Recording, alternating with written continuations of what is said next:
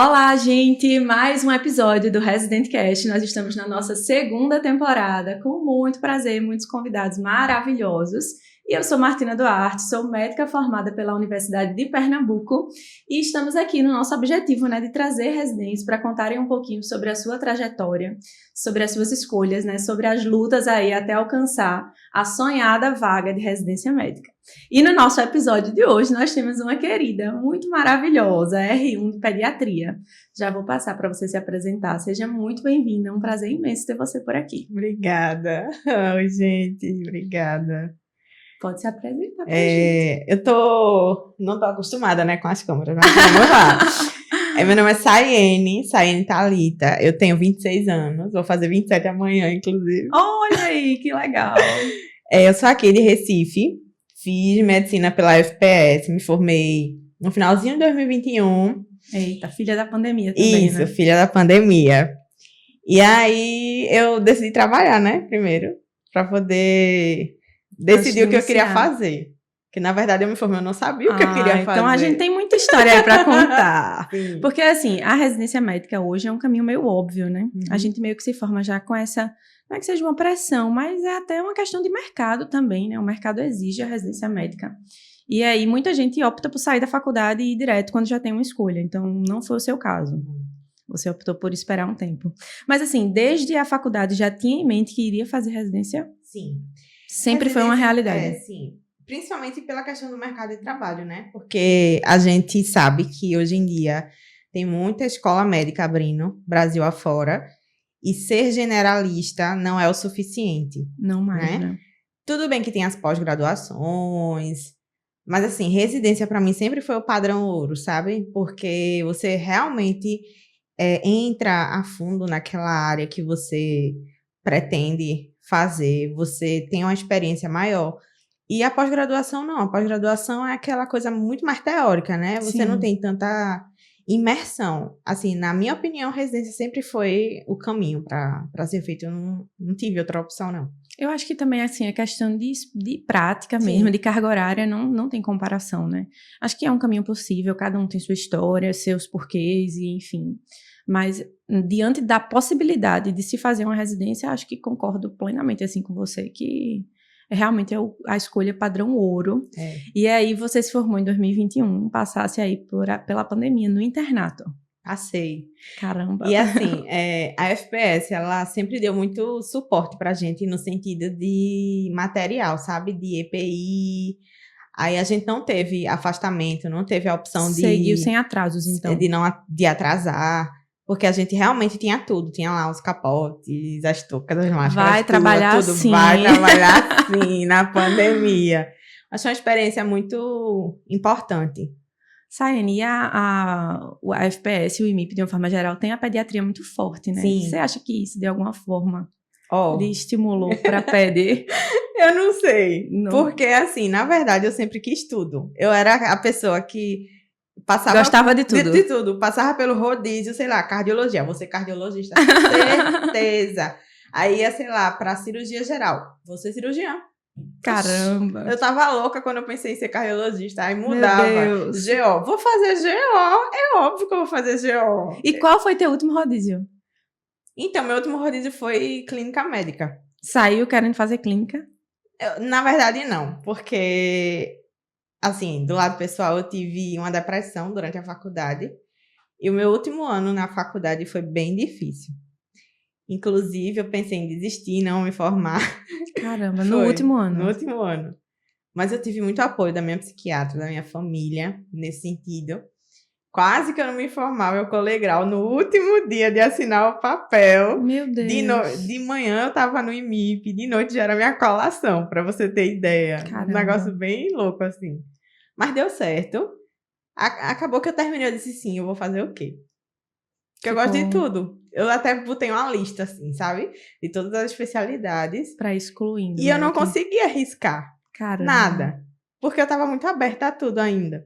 Você se formou no final do ano? Sim, no final do ano. Então já era uma decisão não fazer prova naquele ano. Era. Porque já não sabia também pra onde faria. Isso. Primeiro que eu não tinha estudado bem no internato pra isso.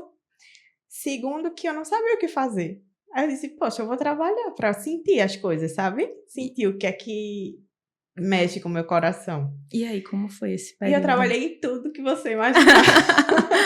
Trabalho, pediatria, clínica. Eu trabalhei em pediatria, eu trabalhei em UPA, eu trabalhei em unidade mista, que atendia gestante, idoso, criança.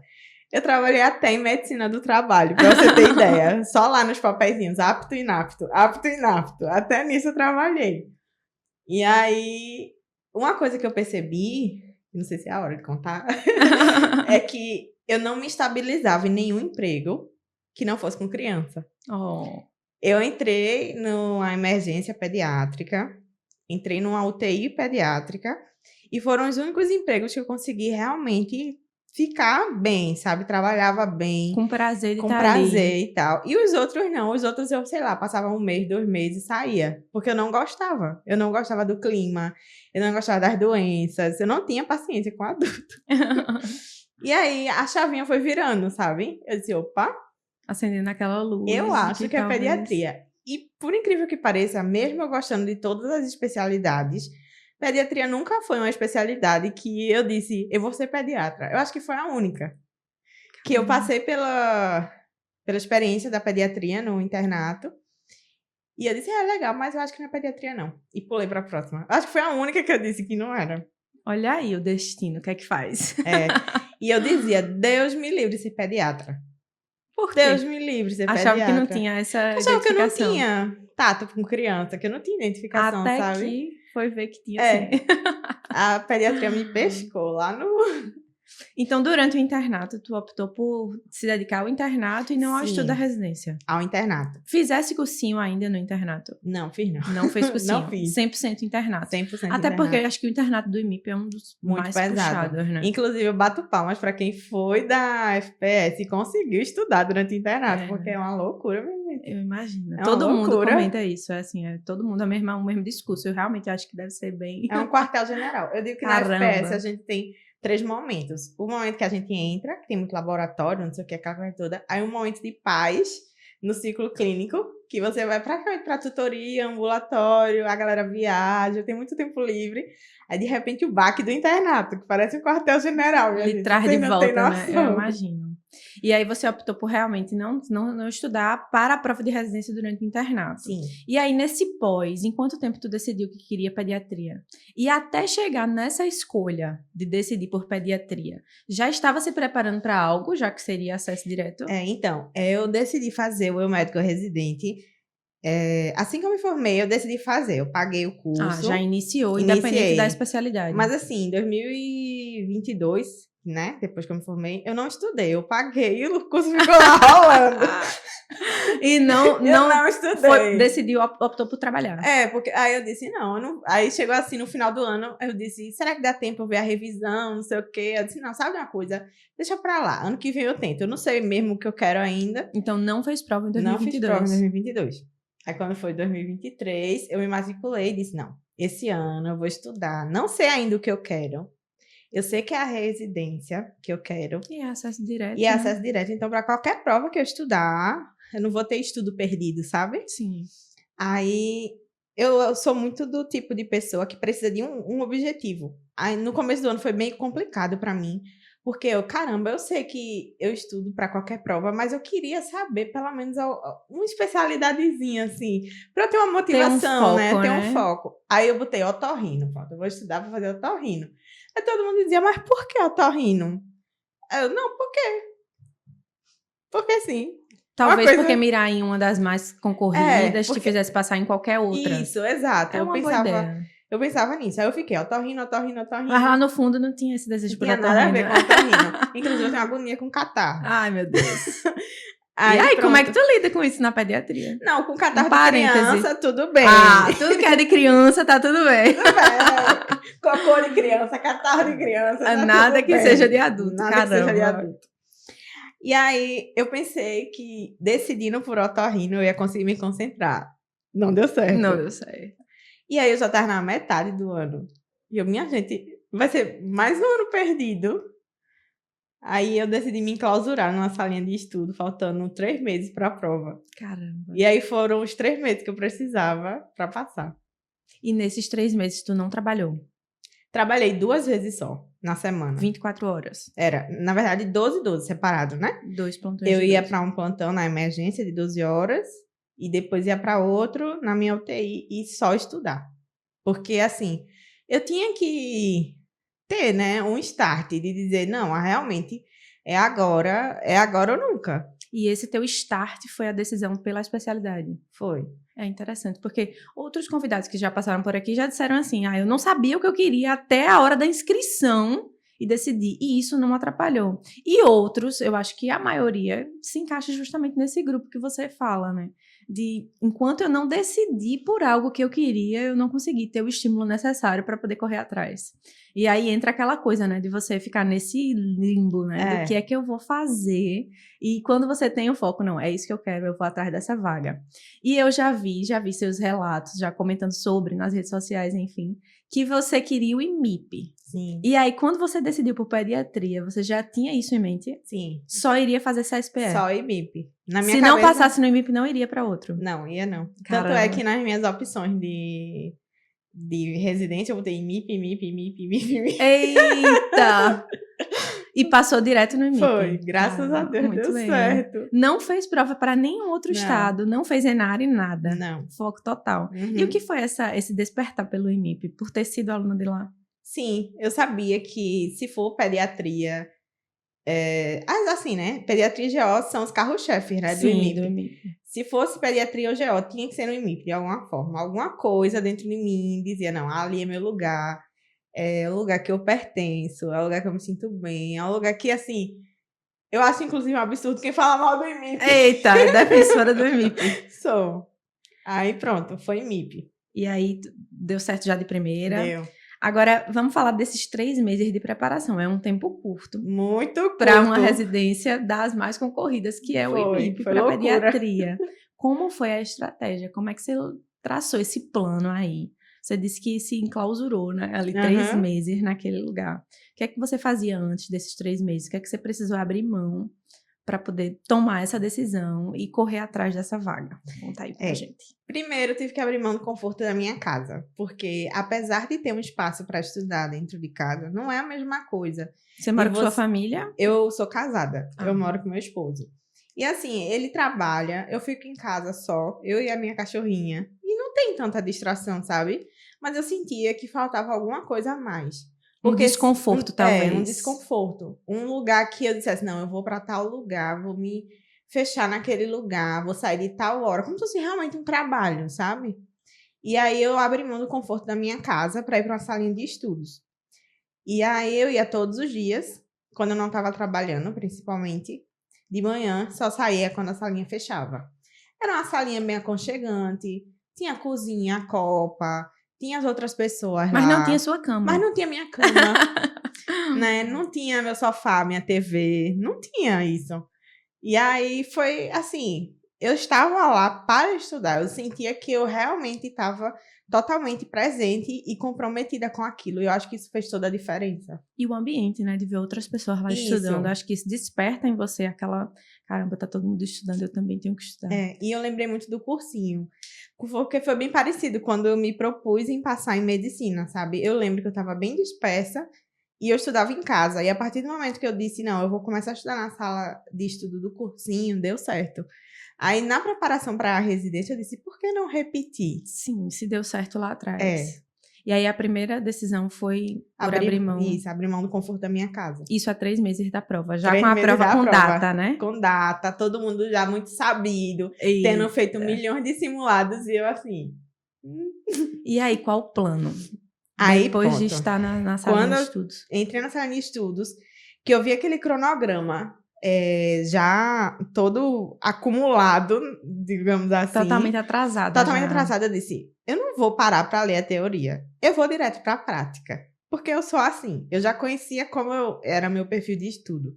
E aí, eu estudava o inverso. A maioria das pessoas estudam lendo a teoria, assistindo às aulas, para depois ir para as questões. Eu fiz tudo ao contrário. Eu ia primeiro para as questões, e a partir dos meus erros, eu ia voltando na teoria.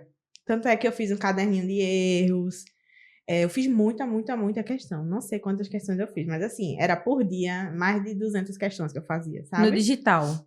Tudo digital. No digital. Eu acho que quase que eu esgotava o banco de questões do Olha médico. aí.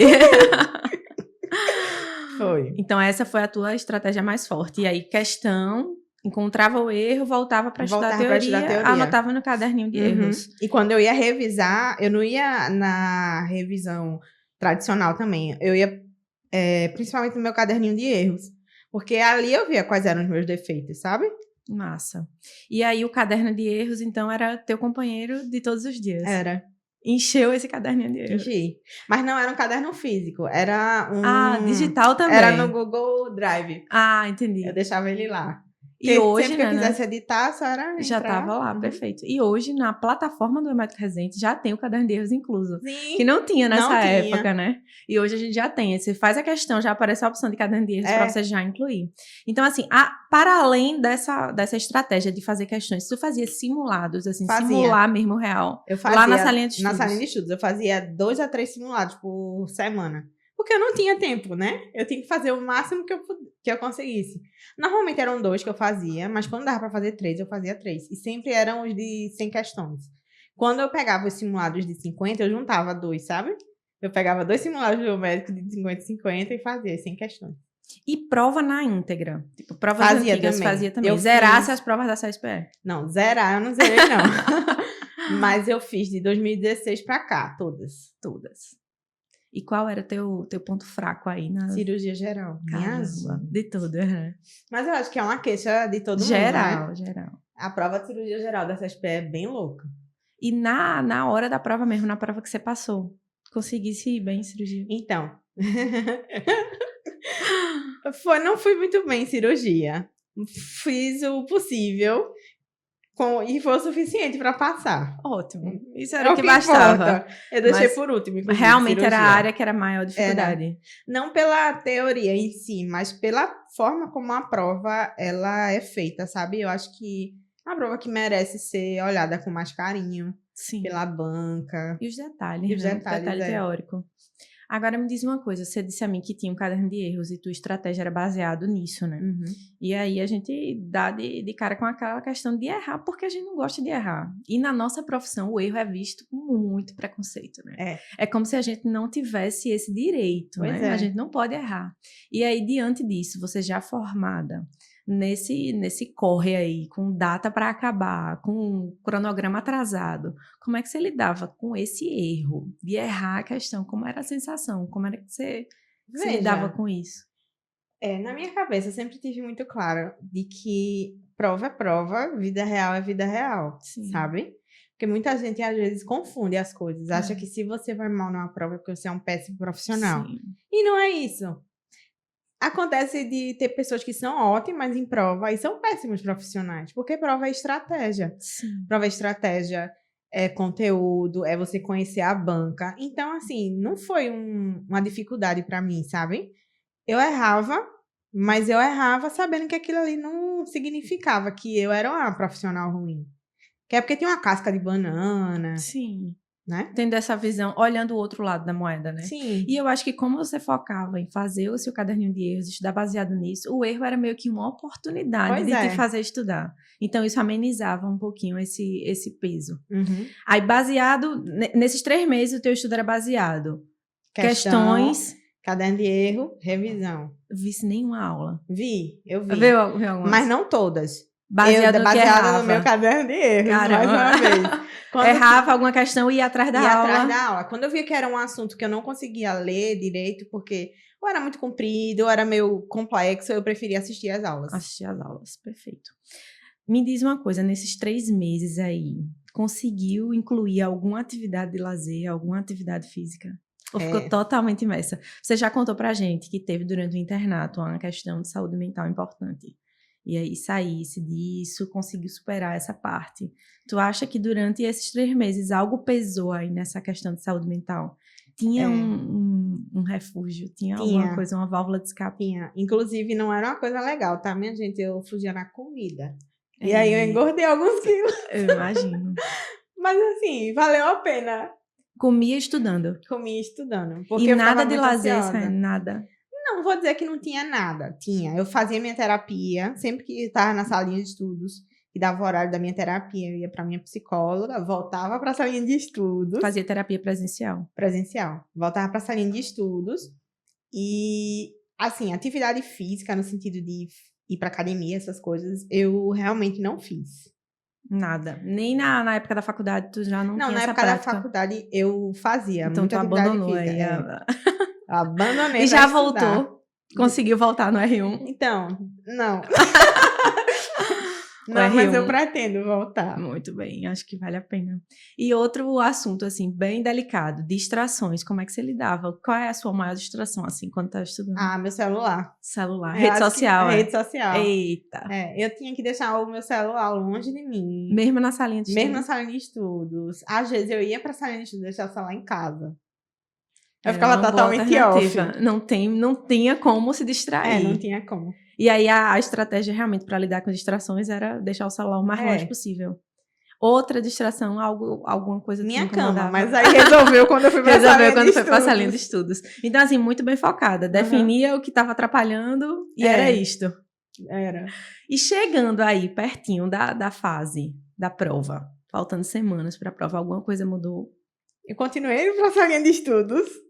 E... Com a intensidade maior, a frequência maior? Na verdade, eu já ia com a intensidade muito grande, né? Tava indo todo dia, Todo dia. Inclusive, domingo, feriado. Tava eu lá, às vezes, sozinha na salinha. Não tinha mais ninguém, mas eu estava lá, firme e forte. E aí, nas semanas, nos dias que antecederam a prova, na verdade, eu peguei mais leve. Porque eu tava ficando muito nervosa, muito ansiosa. Porque eu tava naquela noia de, poxa, eu abri mão de tantos plantões para ficar só em 2, para estudar, e fiz a loucura de estudar em cima da hora. Será que vai dar certo? E se não der certo? Aí você começa a se boicotar. Aí eu disse, não, eu vou tirar esses últimos dias para relaxar mais um pouquinho. Porque eu tava muito, muito, muito pressionada, sabe? Eu imagino que é uma estratégia, né? Porque tem gente que faz o contrário. Tem gente que quando vai chegando próximo da prova, aí entra naquela loucura de querer fazer 50 anos em 5 e acelerar e estudar até a véspera. Então, tu fizesse o contrário.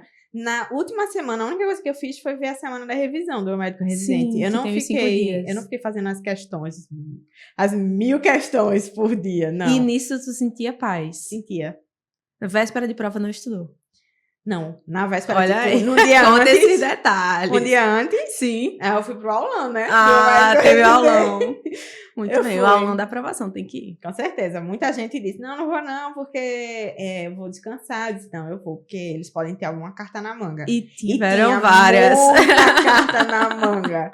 Assim, coisas que eu fiquei, caramba, de onde eles tiraram isso? Será que vai cair? E não é que caiu. Já fica aí o recado para quem tá nos assistindo, para não perder os aulões. Não perca, minha gente. Já tem aulão marcado, já à venda, precisa ir, assim, aulão do meio do ano, aulão de véspera. E fora que o clima do aulão não é aquele clima de lhe colocar na pressão, né? Um clima super leve.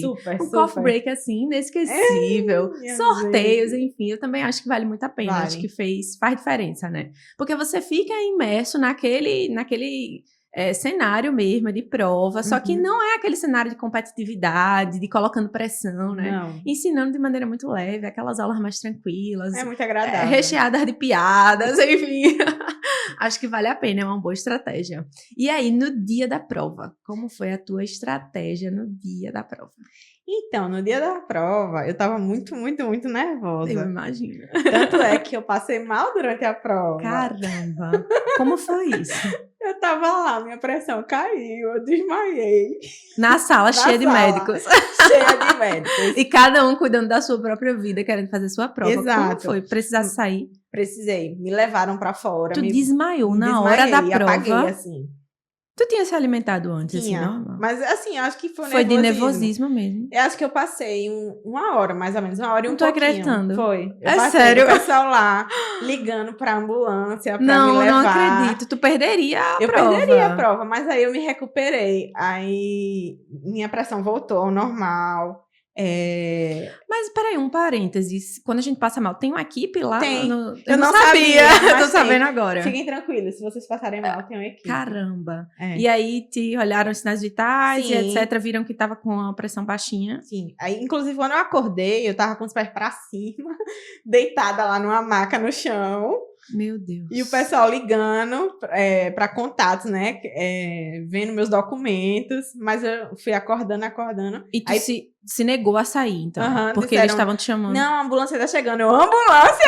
Eu vou fazer a prova. Caramba. Aí, por sua conta e risco, tu optou por não sair pra ser atendida. Poxa vida. Voltar. Isso foi no começo da prova, foi? Foi. Eu acho que foi nos primeiros 20 minutos de prova, sabe? Meu pai eterno, Foi. não tô acreditando. Aí eu tive menos tempo de prova, né? É, Aí uma eles hora disseram, menos, mais ou menos. você pode voltar a fazer a prova, só que você não vai ter mais tempo de prova por causa disso. É, assim, paciência, né? Tá. E aí, foi pior ainda, então, né? Foi, porque eu tive que fazer correndo, né? Porque, Mas meu Deus, como não vai foi? dar tempo, Conta não vai dar aí, tempo. quando tu voltou, restabelecida, qual foi a tua estratégia? Começasse pelo quê? Pelo Porque que eu assim, tinha- 20 minutos de prova tu não tinha feito nada ainda, né? Tava Uhum. começando a ler. Na verdade, eu seguia o meu plano de sempre começar por aquilo que eu tinha mais facilidade. Que Comecei era? por PED, GO, que são as matérias que, assim, mesmo que não fossem carro-chefes do IMIP, etc., eu acho que são matérias que vale a pena você pensar em começar, porque você parar para prestar atenção, clínica médica, por exemplo, é um mundo. Não que o GO não seja, mas o GO, para quem é generalista, é menos assunto. Sim, é mais Clínica direcionado. é mais direcionado, né? Clínica médica tem tudo, é cardio, pneumo, endócrino e assim, lá vai. E eu acho que vale muito a pena você focar nas matérias mais redondinhas, sabe? GO, PED e preventiva foram as 3 que eu foquei. Eu disse, o que vier de clínica e cirurgia vai ser lucro. Aí pronto, deu certo. E foi isso. E aquela correria terminasse no último minuto. No último minuto, o fiscal assim dizendo, olha a hora, terminou. Meu Deus. Tá, calma, peraí. E aí, terminasse, qual foi o primeiro pensamento? Vai dar certo? Não vai dar certo. Não vai dar certo. Não vai dar certo. Eu fiz Tu correndo. tinha certeza. Eu fiz correndo, chorei horrores quando eu cheguei em casa. Eu disse, meu Deus. Como é que isso acontece, né? Tipo, eu nunca tinha ouvido ninguém que tinha conseguido assim, apesar de um...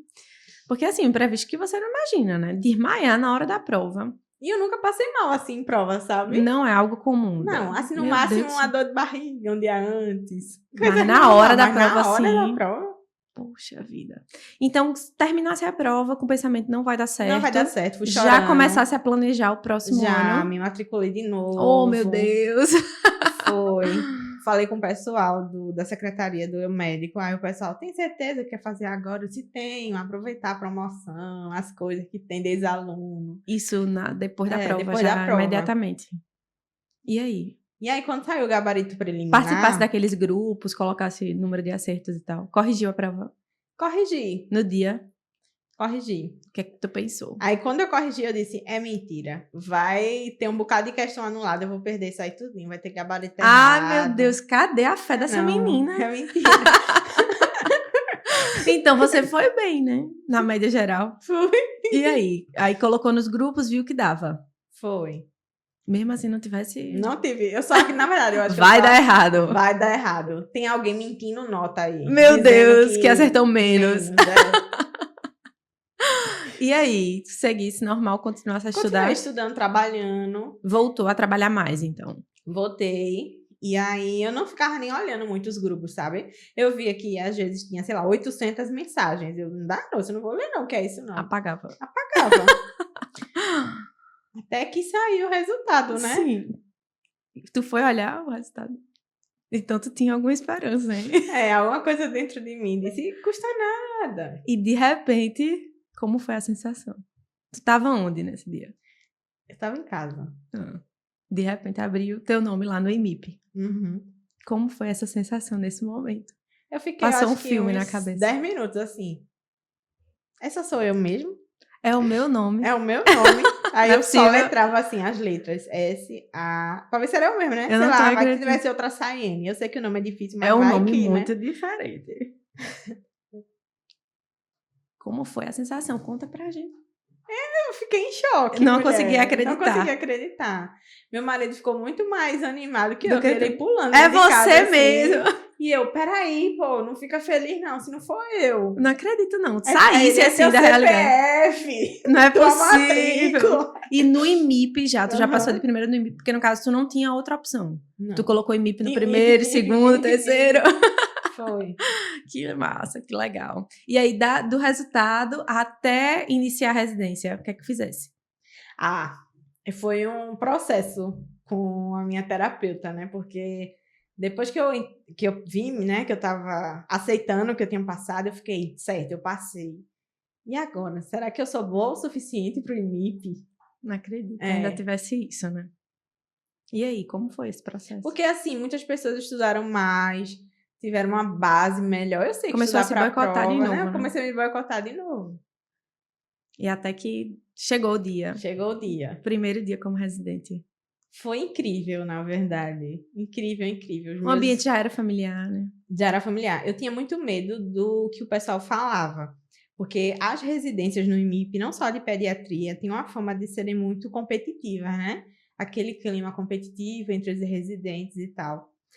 Só que aí a minha turma de residente, ela é maravilhosa. Ela é incrivelmente incrível, Tu sabe? conhecia já alguém da tua turma? Não conhecia Não, ninguém. Mas é como se a gente se conhecesse há anos. Aquela conexão, né? Aquela conexão, exatamente. Massa. E eles são, assim, incríveis. Deu match no primeiro dia, todo mundo... Todo mundo. Que massa. Conta agora pra gente como é aí a rotina da residência no IMIP, pediatria. Ah, é pesada. Tu já conhece os outros anos, mesmo estando no R1, já sabe como é que vem pela frente? Já.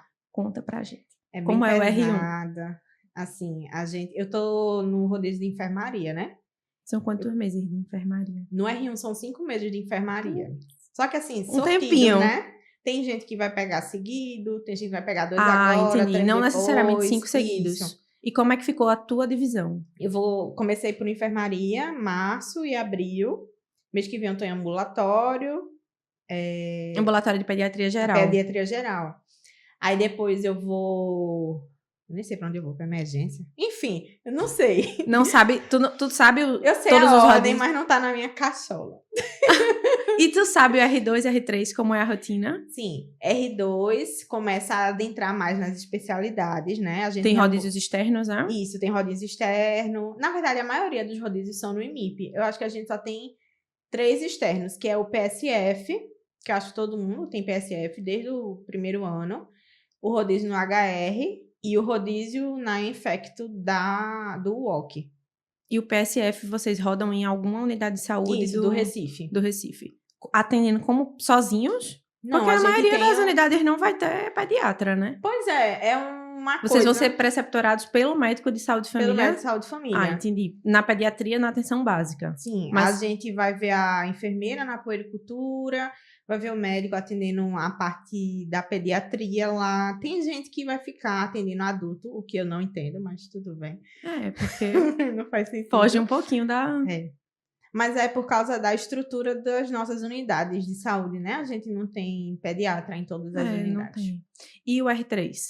R3 tem o opcional, É né? um ano de glória? Mais ou de menos. glória, mais ou menos. É Ou porque tudo é puxado? no IMIB tudo é tão puxado. Caramba. Que eu não sei. Mas assim, é um pouco mais leve. E é dividido basicamente no quê? Aí tem as especialidades também, né? Outras Nefro, especialidades. onco, endócrino. Aí tem o mês de optativo, que tem gente que sai do país, inclusive, para fazer rodízios fora. Já tem planos aí pra esse mês? Não tem. Ainda não Ainda tem. não. Ainda não. E como é que é o seu pensamento sobre a sub? Já tá pensando? Sim. Porque tá no R1 ainda. É, Calma, tá no tem R1. muita coisa pra viver. Mas já entrasse em PED, porque você disse que gosta de ter um objetivo. Entrou em pediatria pensando em alguma sub? Sim. Pediatria hoje é uma residência que exige uma subespecialidade, você acha, na sua visão? Veja, a gente tá mudando um pouco esse paradigma, sabe? Porque teve um momento que o pessoal começou a se subespecializar tanto na pediatria que ficou faltando pediatra geral. Sim. Tanto é que hoje em dia tem muitas pessoas que terminam a residência de pediatria e querem só pediatria geral. Mas eu quero uma sub. É um pensamento seu, você já entrou querendo. Isso. E já tem um spoiler aí pra gente? Tem. Eu gosto muito de Neuroped, sabe? Ai, que legal. Gosto muito, muito, de verdade. Mas assim, eu tô aberta para as oportunidades que a residência vai me dar. Eu não tenho Aberta a medo qualquer outro. de mudar no meio do caminho, sabe? Como foi essa questão pro Neuroped? Tem alguém na família que se inspirou? Eu acho que, na verdade, foi o meu trabalho na UTI. Eu tenho alguns pacientes crônicos e eu percebo que entre os crônicos e os agudos, eu sou muito apegada daqueles pacientes neurológicos. Entendi. Que não é um caminho da maioria, né? É. Muita gente gosta muito mais do manejo com o paciente agudo, né? Uhum. Já você percebeu isso já desde o seu trabalho na UTI? É uma UTI neurológica? Não, é uma UTI CIRAG, na verdade, só que tem alguns pacientes neurológicos que ficam lá, que acabam intercorrendo por algum motivo, aí não tem home care para ir para casa, não tem outros hospitais que o acolham e ficam por lá. Nossa. Me diz uma coisa, essa pergunta é muito difícil. Muita gente fica sem saber o que dizer, mas eu queria saber de você, olhando aí para trás, teve uma história única, né? Como, na verdade, todos nós, nossas histórias têm a nossa personalidade, os nossos traços, carrega o nosso passado, a nossa experiência, a nossa vivência. Mas, olhando para o teu caminho aí, desde o cursinho, a faculdade, esse período do internato foi um período crítico. Esse período aí entre o internato e a especialidade, a residência médica, olhando de hoje, saindo R1, se realizando na pediatria, com esse olho brilhando, tão feliz por estar em um lugar que sonhou tanto, né? Tão difícil, com tantas poucas vagas. E para trás, o que é que você considera que foi o seu maior acerto? E qual foi o teu maior erro até hoje? Eu acho que eu vou começar pelo erro. O erro é mais fácil. Meu maior erro, que eu ainda estou trabalhando nesse erro, é ficar sempre me boicotando, no sentido de pensar que eu não vou conseguir, que não vai dar certo, que é tudo muito grande para mim. Eu acho que eu tenho que me ajustar quanto à minha cabeça, sabe? Se a gente não tiver com a cabeça boa, realmente nada flui. Meu maior erro é esse, ficar com pensamentos negativos acerca de mim mesma. Mas eu já estou trabalhando nisso. Muito bem. E que você colocou esse erro algumas vezes mesmo no seu discurso, porque você disse que achava que não ia conseguir, depois que achava que não ia conseguir na PED, depois de estar aprovada na pediatria, no hospital mais concorrido, eu acho que eu não vou ser uma boa residente. E aí isso é uma pauta da tua terapia. É uma pauta da minha terapia. Então, com certeza, um conselho que a gente deixa para todo mundo que tá ouvindo, faça terapia, né? Faça terapia, gente, é sério. É essencial. É essencial. Eu acho que todo mundo devia ter seu terapeuta. E o seu maior acerto, consegue? Meu maior acerto foi nunca ter desistido. Apesar de achar que não iria, que não daria, não ter desistido. Perfeito. Até porque, assim, eu vim de uma família pobre, né? Eu não vim de uma família rica. E, assim, eu achei que eu não ia conseguir. Eu não tenho ninguém médico na família. Eu não tenho pessoas formadas, assim. Então, ser a primeira médica, ter conseguido concluir o ensino superior, ter conseguido entrar na subespecialidade, isso é uma coisa, assim, muito grandiosa. Diante do teu contexto, né? Então, assim, já é muito grande, né? Já é especial, já é importante. Imagina quanto a tua família deve ter esse orgulho de te ver, né? Sim. Porque, assim, aquele ponto diferencial deve ser o orgulho da galera, de todo mundo. Inclusive eu tenho prima e primo, que são mais novos, estão agora no ensino médio, que eles ficam, né, se inspirando, né? Eu quero e já ser indo médico, pro caminho, né? Olha aí que legal. Acho que é parecido com a minha história, né? Porque eu me formei em medicina. Meus pais não tinham nem ensino, não tinham nem terminado o ensino médio. Meus pais terminaram... Quando eu nasci, minha mãe tinha 16 anos. Então, assim, minha mãe foi reprovada no 3º ano do ensino médio porque estava grávida, né? Perdeu as provas finais e acabou que foi... E aí a gente consegue ir quebrando estigmas da família inteira, né? Meus pais terminaram o ensino médio através daquelas provas de supletivo. Sim. Hoje eles têm ensino superior, mas assim, você conseguir sair de uma realidade que não lhe pertence e adentrar em outro ambiente, né? Aí hoje também na minha família já tem outros interessados, alguns que já estão aí na porta. É muito especial olhar para trás, né? Porque realmente não é a história mais comum, principalmente no ambiente que a gente vive, né? Sim. Estando ali no IMIP, na UPE também não era um ambiente comum, não. O comum era ver pessoas fazendo medicina porque os pais eram médicos, os tios eram médicos, donos de hospitais, e você ali meio que aquele peixinho fora d'água. Eu acho que isso também contribui um pouco para aquele pensamento. Será que eu vou conseguir, né? Será que eu vou conseguir ser residente de pediatria do IMIP E aí você olha para trás e aí você conseguiu. Olha onde você tá, né? Que orgulho que você deve dar para a família. Enfim, parabéns pela sua coragem. É realmente Obrigada. inspiradora. Acho muito importante pontuar isso, para que as pessoas se inspirem mesmo e vejam que não existe uma regra, né? Que a gente pode sim, que a gente consegue sim. A gente pode ser o que a gente quiser. Basta a gente que não desistir, né? O acerto tem que ser esse. Exato. Não desistir, apesar de ser improvável, porque assim, a gente é improvável. Mas a gente não desistiu. E isso é muito forte, né? É muito massa. Sayane, me diz uma coisa. Hoje a pediatria passa por uma fase um pouco crítica, assim, na visão geral, né? A gente olha e vê que tem algumas especialidades que estão super em alta. Sim. Porque isso também é muito cíclico, né? Porque já teve épocas, por exemplo, que a anestésio foi uma especialidade que estava em baixa, né? E hoje está super em alta. Não é o caso da pediatria. O que é que você consegue pensar sobre o maior desafio que é para ser um pediatra hoje, na tua visão? Olha...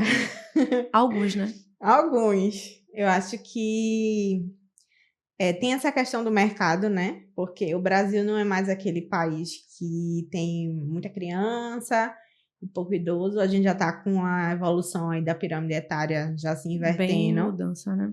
Mas, assim, eu sempre tento pensar pelos lados positivos, não pelos desafios. Porque, por exemplo, tudo bem, a pirâmide está se invertendo, só que a gente tem que parar para pensar que as mulheres estão sendo mães mais tarde. E cada vez mais as crianças estão nascendo com algum tipo de problema de saúde. E cada vez mais se faz necessário um pediatra bem formado, sabe? Não no sentido de estar na melhor instituição, porque às vezes isso não vai ser possível, mas no sentido de ele procurar o conhecimento para se tornar o melhor pediatra que ele pode ser. Porque assim, quando eu estava ainda tentando fazer a prova, eu conversei um dia com uma amiga falando, eu tô na dúvida se eu faço otorrino ou pediatria. Aí ela falou uma coisa que eu não vou esquecer. Ela disse, otorrino, pode ter gente que pensa diferente, tá? Mas é uma coisa que ela me disse e eu fiquei pensando. Otorrino, se eu quiser, ela é mãe, ela disse, se eu quiser, eu pago um otorrino do plano e tá tudo certo. E eu não vou deixar minha filha... Pra uma consulta pontual. E eu não vou deixar minha filha com qualquer pediatra. Ela é o maior tesouro que eu tenho. Então, assim... Isso ficou na minha cabeça, sabe? Então, eu acho que o maior desafio é você ser o pediatra mais holístico, dizendo assim, que você consiga ser. Não atender apenas, se eu for neuro, não atender apenas um paciente por questões neurológicas, mas entender que antes de ser neuroped, você é pediatra. E antes de ser pediatra, você é médico. Eu acho que o maior desafio, não só em pediatria, mas em todas as outras especialidades, é entender essa visão mais completa do paciente. Integral, né? Que a gente tá dividindo muita coisa, sabe? A gente acaba cortando o paciente em várias partes, em um órgão, e não é assim que funciona. Não. Mas realmente é um erro muito comum, né? Que está cada vez mais em evidência, inclusive. E pensando assim, numa subespecialidade como neuro, que é o que você pensa, eu acho que ainda fecha mais ainda em um universo, né? Esse desafio vai ser gigante de conseguir ver o paciente como um todo enquanto neuropediatra, né? E hoje a gente tem um boom aí de doenças, né, relacionadas à neuropediatria. A gente teve, inclusive, um convidado da neuropediatria aqui, conversando um pouquinho sobre essas doenças em evidência. Essa semana, inclusive, em um dos meus plantões, a gente estava discutindo sobre isso, né? Doenças que, alguns anos atrás, a gente não tinha esse diagnóstico, né? E aí, agora, a gente tem um boom de diagnóstico, inclusive em adultos também, de doenças que são da maioria da infância, né? E realmente acho que vale pontuar. E assim, pediatras gerais, como você falou, ocupando o espaço da pediatria desde as emergências, acho que é um outro desafio importante, né? Sim. Porque a gente pega, não sei qual a tua opinião, gostaria de saber, inclusive, sobre médicos recém-formados em UTI pediátricas, em porta. Eu tive, né, a oportunidade de entrar numa UTI como recém-formada, que eu acho que com 2 anos de medicina você não é um médico experiente, ainda é só um bebê. Mas e aí tem gente que entra com, tipo, 15 dias, um mês de formado. Eu acho muita coragem, na verdade. Porque é muito delicado, sabe? Você tá assumindo o risco do seu CRM ali. E tudo bem que para você assumir qualquer área na medicina, você basta ter expertise para aquilo. Você não necessariamente precisa ter o RQE. Mas eu acho que é uma coragem muito grande que você tem que ter. Às vezes eu olho para trás e digo, caramba, que estava passando na minha cabeça para aceitar um plantão numa UTI pediátrica, eu sem ser pediatra? Tu se arrepende disso? Veja, por um lado, sim, porque eu fico pensando, né? Caramba, podia ter acontecido O quanto tanta de que tu besteira. se expôs e expôs Quanto o eu me paciente, expus, né? sabe? E agora eu penso, foi um caminho que me abriu portas. E que te trouxe Que me até trouxe aqui até a hoje, por pediatria, exemplo. né? Mas se fosse para fazer de novo, eu acho que eu não faria. Eu acho que eu ia ficar mais ali no grupo do pessoal mais conservador, no postinho de saúde, que eu acho que eu me arrisquei muito, Estando na UTI. estando na UTI sem ser pediatra. Porque eu vejo assim, emergência, por exemplo, chega o paciente, não todos, mas chegam pacientes que precisam de um médico mais experiente que tem, né? E nas emergências, quem estão, né? Os Os recém-formados. recém-formados, E na pediatria, porque assim, é diferente o atendimento do adulto para atendimento pediátrico, né? É totalmente diferente um desfecho negativo num paciente de 80 anos para um desfecho negativo num paciente de 4, 5 anos, né? Sim. E aí eu imagino o quanto desafiador seja isso para os pediatras, né? Ocupar esse lugar. E eu espero que chegue essa fase em que os pediatras ocupem, né? Acho que com esse boom aí das escolas médicas, o número de médicos formando, acho que em breve a gente vai chegar para que as emergências sejam ocupadas por clínicos e por pediatras. Sim. Talvez isso não soe muito bom para alguns, né? Mas para os pacientes e para o serviço em si, acho que vai ser realmente, assim, uma conquista. Sim. Não vai ser muito bom para os recém-formados. Não. Vão ter que entrar na residência. Vai ter que estudar sim, vai ter que se especializar. E eu acho que na verdade é uma realidade já Brasil afora, né? Se você for olhar o tempo de formação do médico lá fora, ele é muito maior do que o tempo de formação do médico brasileiro. A gente meio que tá mal acostumado com a nossa formação. Não que ela seja curta, tá, gente? Porque 6 anos é uma vida. Mas se você for parar para ver, tipo, lá no IMIP a gente tem residentes externas da Itália que elas estão fazendo pediatria. E só a residência de pediatria lá duram 5 anos. Caramba, fora os 6 da faculdade. Fora os 6 da faculdade. 11 anos para ser pediatra geral. Uhum. É muito tempo, É muito gente. tempo. E a gente ainda reclama. A gente ainda reclama. Mas é porque nós temos uma graduação de 6 anos de carga horária dupla, né? Sim. Equivale a uma outra graduação comum de 12 anos, porque é integral, é um dos poucos cursos, né? A maioria dos cursos de saúde, como curso de enfermagem, odonto, enfim, realmente é uma carga horária muito grande, mas 5 anos ainda para ser pediatra geral, ainda depois fazer subespecialidade, é um caminho, né? Mas assim, acho que abarca a responsabilidade que é ser um pediatra, né? Eu penso como essa sua amiga aí da otorrina, realmente é como se fosse a ginecologista da mulher, sabe? Sim, você não vai para uma perfeito. ginecologista casual. Você quer uma gineco para chamar de sua, né? Você quer um pediatra para chamar de pediatra do seu filho, né? Exato. É muito massa pensar nesse âmbito. Enfim, muitas coisas, muitos insights aí, muitos desafios. É uma história de muita luta, né? Não foi uma história muito fácil, mas aí uma história vitoriosa, né? Desde que você me disse que eu via aí os seus relatos, queria ser pediatra no IMIP, só no IMIP. Ai, caramba, é muito foco, é muita decisão. Acho que valeu muito a pena, assim, você ter aberto aí seu coração, contado esses desafios, sabe? E até essas partes difíceis que às vezes a gente não quer contar sobre nós, né? Ninguém quer dizer que passou por uma fase muito difícil, que quase não se forma em medicina depois de 6 anos de curso. E aí foi especial ouvir a sua sinceridade e ver que é possível ser alguém de verdade. E que chegar em lugares altos, como você chegou na nossa melhor residência de pediatria do estado, apesar dos pesares, né? Sim. E eu queria que você abrisse aí mais uma vez o seu coração e deixasse um conselho para as pessoas que estão nos ouvindo. Nosso público é muito variado. A gente tem estudantes de medicina do começo do curso, às vezes a gente recebe alguns depoimentos, a gente tem estudantes que estão no internato aí, que estão naquele momento que você viveu de não saber o que fazer. Tem outros que estão naquele momento de querer algo e achar que não são capazes. Eu queria muito fazer anestésio, mas eu acho que eu não consigo passar. E nós temos também muitos residentes que estão em alguma especialidade e que às vezes gostariam de estar em pediatria e não tiveram essa coragem, por seja lá o que for. A gente teve uma convidada aqui, Gabi, que foi residente de otorrino e desistiu de otorrino para ser residente de pediatria, porque era isso que ela queria, né? E aí nosso público é extremamente diverso. Eu queria que você abrisse seu coração e deixasse um conselho para essa pessoa que está nos ouvindo. Primeiro, em relação a você querer sempre acertar na especialidade, sabe? Porque eu vejo que muita gente quer uma resposta pronta, quer achar aquela especialidade perfeita durante a graduação ou depois de formado, e essa resposta não existe. Pelo menos na minha cabeça, ela não existe.